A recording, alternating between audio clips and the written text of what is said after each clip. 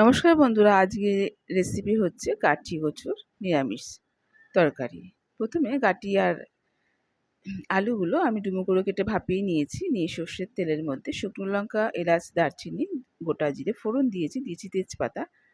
তারপরে আলু আর গাঠি কচু ভাপিয়ে রাখা যেগুলো ছিল সেগুলো দিয়ে ভালো করে ভেজে নিলাম। ভেজে নিয়ে টমেটো, কাঁচা লঙ্কা দিয়ে হালকা ভেজে নিয়ে 1 চামচ জিরে, ধনে, আদা, একটু চিনি, হলুদ দিয়ে ভালো করে কষিয়ে নিলাম। কষিয়ে নিয়ে দিয়ে দেবো প্রয়োজন মতো জল। জলটা ফুটে গেলে আবারও লো ফ্লেমে কিছুক্ষণ রেখে আবারও হাই ফ্লেমে দিলেই রেসিপি আমার কমপ্লিট। যেহেতু গাঠি কচু একটু অন্যরকম সবজি, তাই আমি খুব ঝোল রাখিনি, অল্প ঝোলেই এটা আমি করেছি। রেসিপিটা কেমন হলো অবশ্যই জানাবেন। আজকে এই পর্যন্তই, পরে আসবো অন্য ভিডিও নিয়ে।